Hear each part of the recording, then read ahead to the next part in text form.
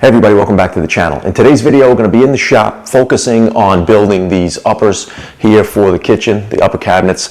I'm going to take you into the shop. We're going to build them, then I'll record in here of me installing them, putting in the end panel, and also scribing filler to the wall. If you stay tuned to the end of the video, I'll take you around the entire kitchen to show you what I have so far and tell you what I have a video on and what I have a video coming up of. So make sure you stay tuned to the end of the video for that. All right, guys, let's get in the shop, start building these things. All right, so here we are back in the shop. I built that storage rack for the plywood a few months ago. I don't know if you guys seen the video, but definitely check that out. It's on my channel. Relatively simple project. Definitely saves me a lot of storage in my shop, a lot of room. But I've had about, I think I've had about 27 full sheets of plywood in there at one time, and I still had room in there, so I threw a couple of sheets of melamine in there with it that I had laying around. But back over at the sliding table saw, this thing has been an absolute pleasure to work with when making cabinets and basically any of the projects that I've been doing. This is now the focal point of my shop. Not only does it make it easier for me to maneuver full 4x8 sheets of plywood, which are really heavy, but the accuracy and the squareness of everything and the ease of making rips on the long pieces and saving time not having to break it down first with a track saw and then bring it back over to a different area to cut it on the table saw, to rip it, and then to bring it over to a cutting station to cross cut it.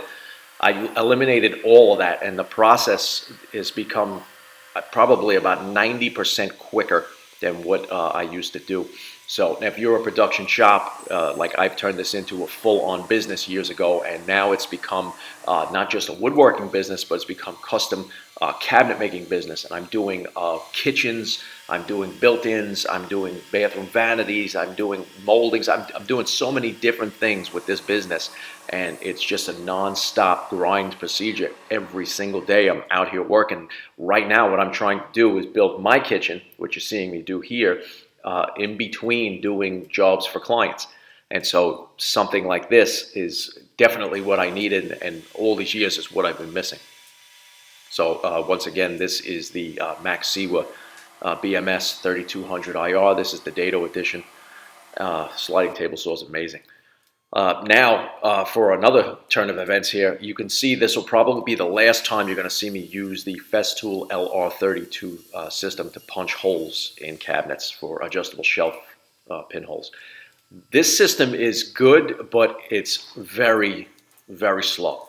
And I can't afford the way it holds me back when I'm taking 2 days to punch the holes in like 40 cabinet panels, so or more. I actually have 44 cabinets in total, and I would say so you have to double that. So you're looking at about 88 or maybe around 80, because the ones with drawers don't get the shelf pin holes. So the ones without the drawers all get the shelf pin holes. We're looking at about 88 panels. So it takes me like 2 days to drill those holes. So I have something coming. Yes, it will be coming from Maxewa. It is sponsored, and I will definitely be showing you an unboxing, and we'll show you the 85% more proven efficiency for that system on a line boring machine. So that's coming in the future. So definitely stay tuned for that, because it's coming really soon. Now, I only wish was that it had come when I was building this kitchen, because I had so many cabinets to drill out. So right now, after I edge banded the parts, you see me edge banding the bottoms first.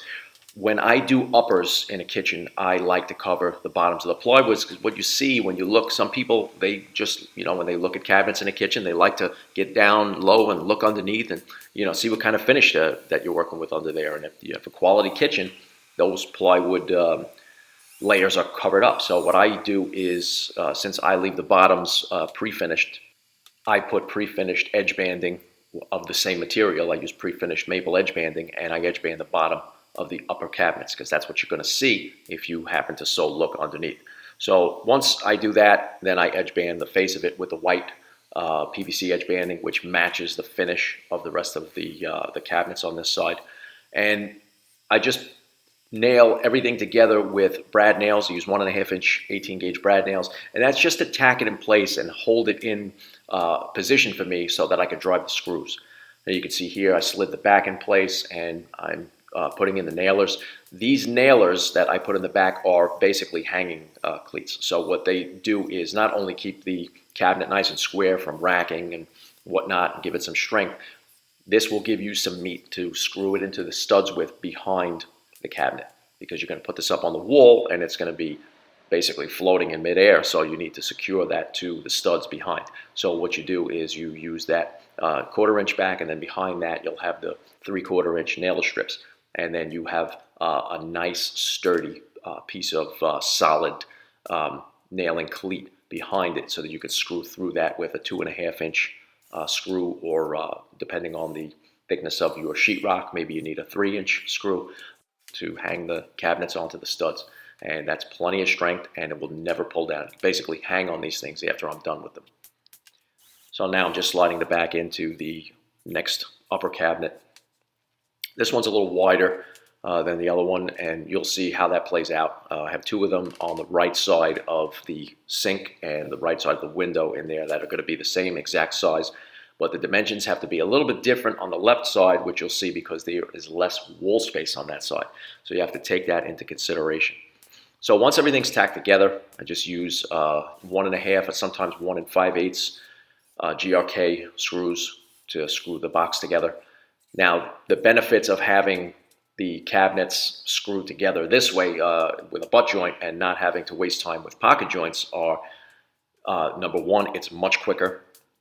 And number two, I find it to be a little bit stronger than pocket screws. I know pocket screws are proven to be pretty strong, but I always said that a butt joint with a screw driven straight through is much stronger than a pocket screw.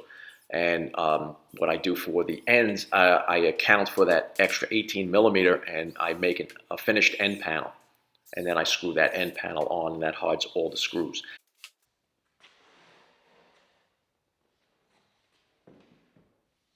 You can see right now on the right side of the uppers there, that's basically without a finished panel.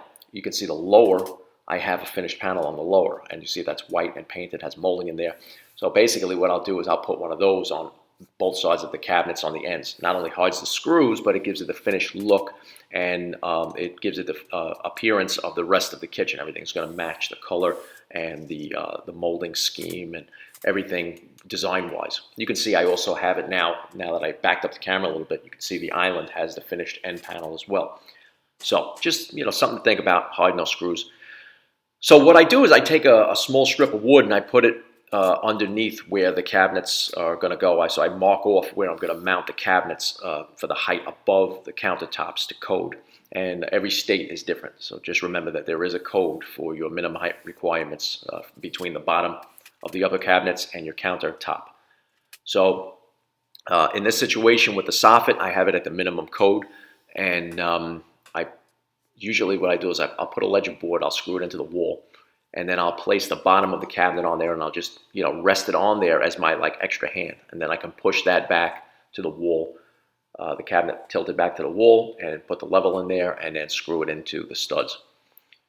This is what's called a U-scribe jig.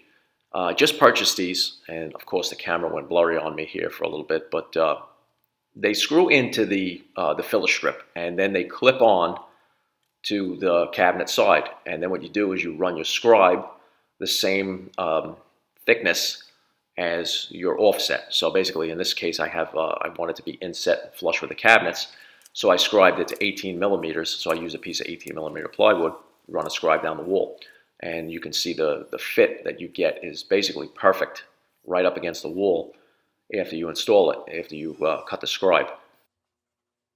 I'm going to take you around the kitchen really quick and show you a little bit of what I have going on here. Okay, so I guess no better place to start than right here. Have the entire island. You've seen me building these columns. If I lower the camera down, you should be able to see how those turned out.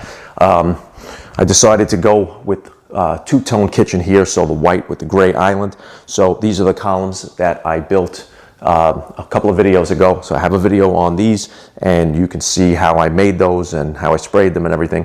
Same thing for the panels. All the end panels match the end panels of the uppers for the island. So let me take you around to the front of the island, and what we have here is some bar height stools and swivel. They almost match perfect to the gray color right there with the leather, and we decided to go with a nice like a wood tone on the back to give it a little more contrast as well. It's a little bit dark in here from the sunlight coming through on the camera angle, so I'll try to pick it up so you can see it a little bit. I can turn on the lights a little bit, maybe that'll give you a little bit of a different look on that color.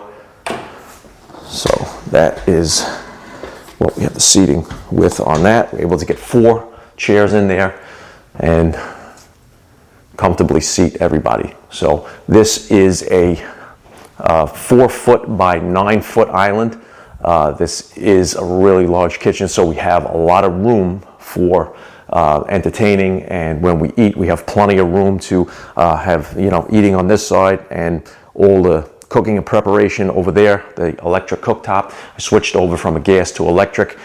This has a vent hood that comes out from the inside the island. I'll show you that when I take you around. Okay, so here on the island, I have a microwave in the island. So it's a drawer style microwave. So basically, hit the button, pops out, close it. This is actually pretty cool. This is the downdraft vent for the cooktop, and that actually comes up from inside the island. That recesses into the cabinet below when not in use by the press of a button. It's great with the electric cooktop because number one, you don't have any overhead here blocking your vision from people with any kind of a vent that would be up through the ceiling. So you don't have that bulky overhead look, which I really like. This was the original type setup that I had before I ripped this kitchen out. So I stayed with that type of setup. We have plenty of storage here. I have to do a drawer over here. All my shelves underneath, I have a drawer that's going to go under the microwave, and this is going to be just doors on this cabinet here. So we have plenty of storage in the island. Now we're going to turn around and look at the wet wall. Okay, so over here on the wet wall, we have the uppers that we just did today on both sides there. Those are going to have doors on everything. Obviously, we have adjustable shelves. You saw me drill the shelf pin holes for that. On the lowers, we have the undermount drawer slides, soft close. Those are the Bloom Tandem. I have a video on that also, how I make the drawer boxes, how I install the undermount slides. Go on my channel, check that out. Over here, we have a double trash pullout and recycle. And we have our dishwasher here. Farm sink right here with this is definitely my favorite faucet. It is really cool. It extends, you move it around, it's very stylish. You wash the sink out and everything. Farm sink has been great because of the fact that it's so large. That's a 30-inch wide sink, and I think it's about 19 or 20 deep.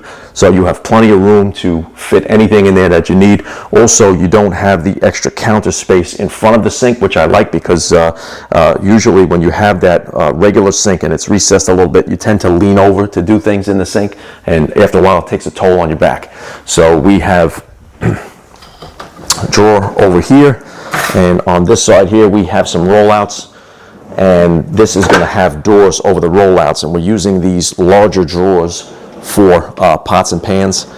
So what I did with those is when I made those rollouts, I made those with 3/4 bottoms. This way they are super heavy duty and they can take a lot of weight. Now the undermount slides I use, they are rated for 100 pounds each.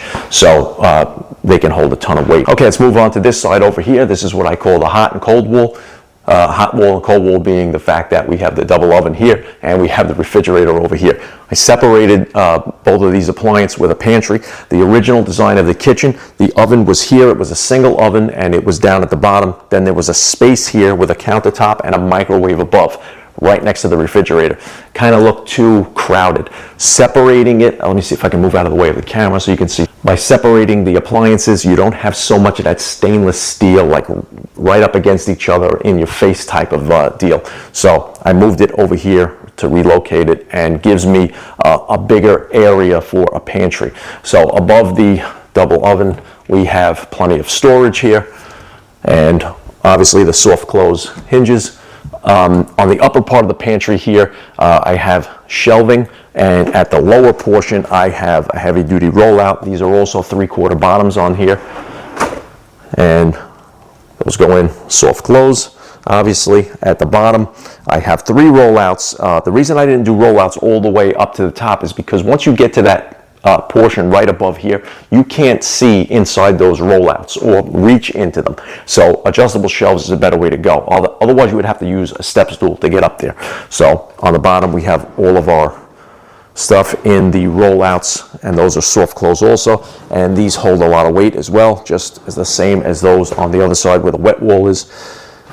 And I went with the black hardware that matches the finish on the faucet as well. All adjustable shelving here on this side of the pantry. This is just single door on each side, and like I said, shelves on the bottom, shelves on the top. Right now I'm working on this today. The refrigerator cabinet will go up over here, and that will get closed in on the other side with a flat panel that will be sprayed white and be trimmed off with the molding. Up at the top here, you see the space that's not going to stay like that. I'm going to have a filler panel that's going to go close to the ceiling, and then the whole thing will be completely trimmed off around the entire kitchen with a crown molding.